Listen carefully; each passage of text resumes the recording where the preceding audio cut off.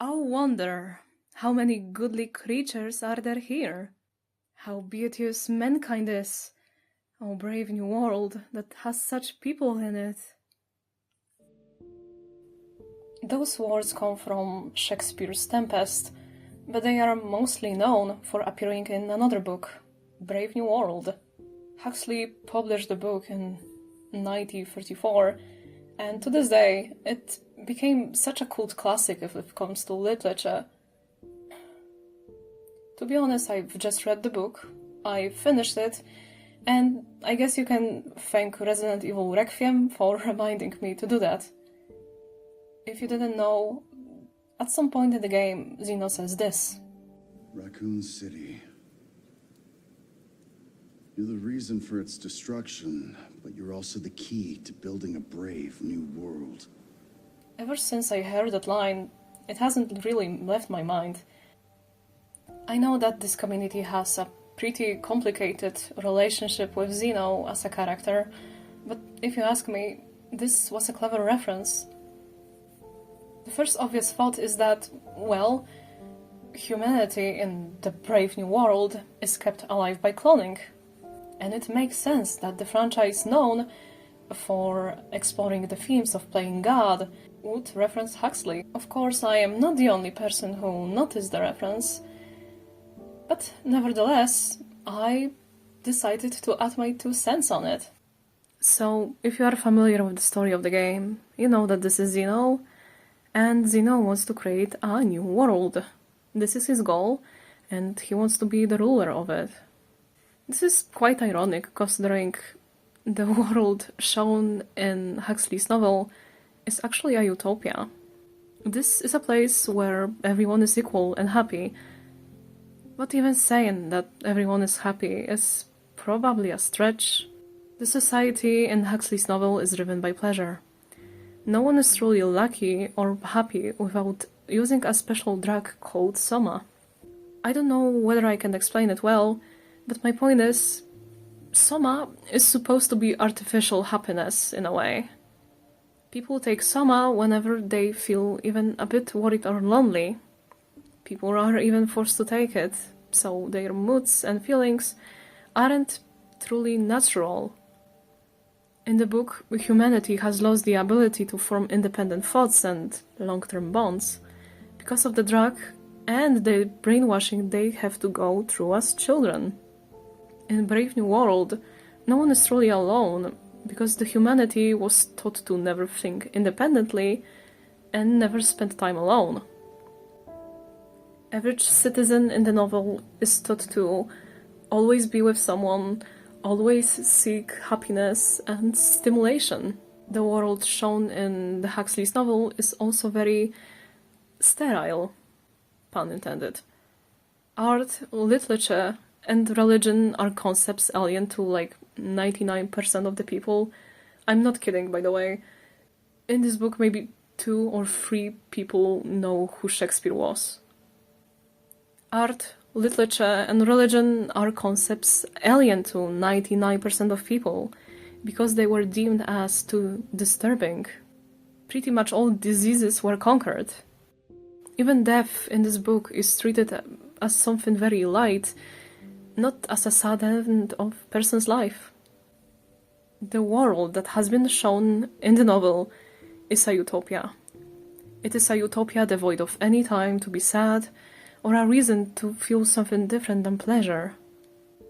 My point is this the new world that Zeno wants to create? If yes, then what really does he want to achieve? A world without sadness? A world without illnesses? A world where everyone is a clone? If we are talking about the aspect of a utopian society inspired by this novel, then we need to talk about the caste system. In the novel, society is divided into 5 castes: alphas, betas, gammas, deltas, and epsilons. Alphas are at the top of the list, while epsilons are really at the bottom. In the novel, alphas are presented as high members of society. They are the intellectuals, leaders, psychologists, writers, while the epsilons are simple labor workers. And it's not even like you can change your social class, because if you were born, for example, an epsilon, you stay epsilon for your entire life. I'm going to use epsilons as examples so I don't get lost. In the novel, every single human being is created in the artificial womb. During their growing process, epsilons are often fed random chemical slop, so their intellectual abilities are artificially lowered. Before you're even born, you're destined to be a simple worker. You're forced to hate beautiful things. As an epsilon, you can't even read because you were never taught how to do that. And you were never meant to. As I've mentioned before, epsilons are simple workers. They are forced to work, so other classes, like gammas, deltas, but mostly betas and alphas, can live more comfortable life than epsilons. My point is this the utopia that Zeno wants to create? I may be thinking about this too much, but just a little reference shows so much about Zeno as a character. Sometimes I post on Tumblr. I'm not really active there as I'm trying to grow my YouTube channel, but I use this place to organize my thoughts and write posts sometimes. Writing this post, I got this reblog/comment from the user HXH1X.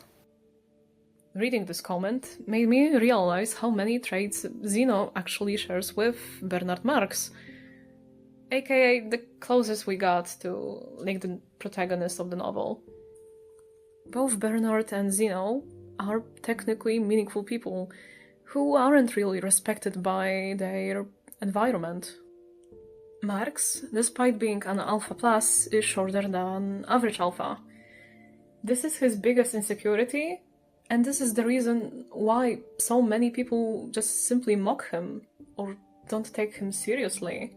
Zeno's insecurity, if we can call it that, is the fact that he was created to be a budget Wesker.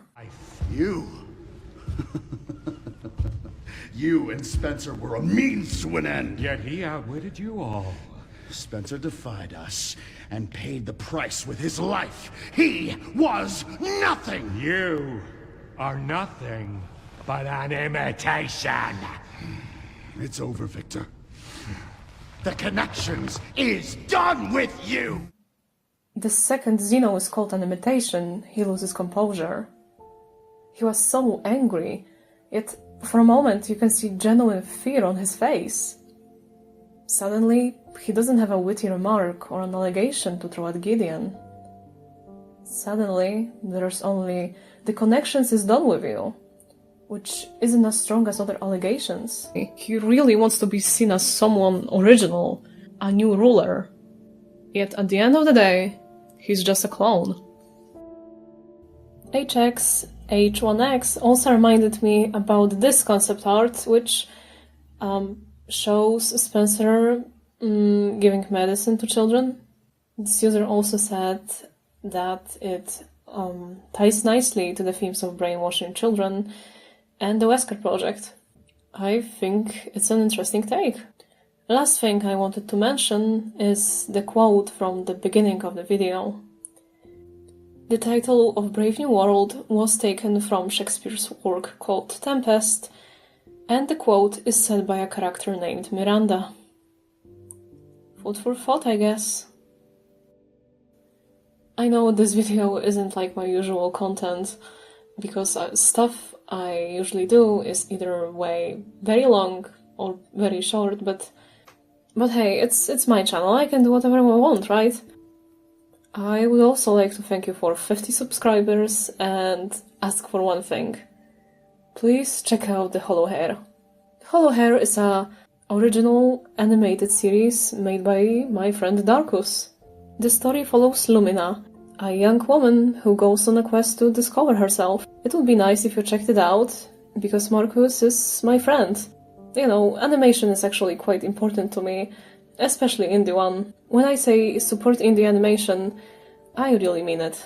Thank you for watching and see you soon.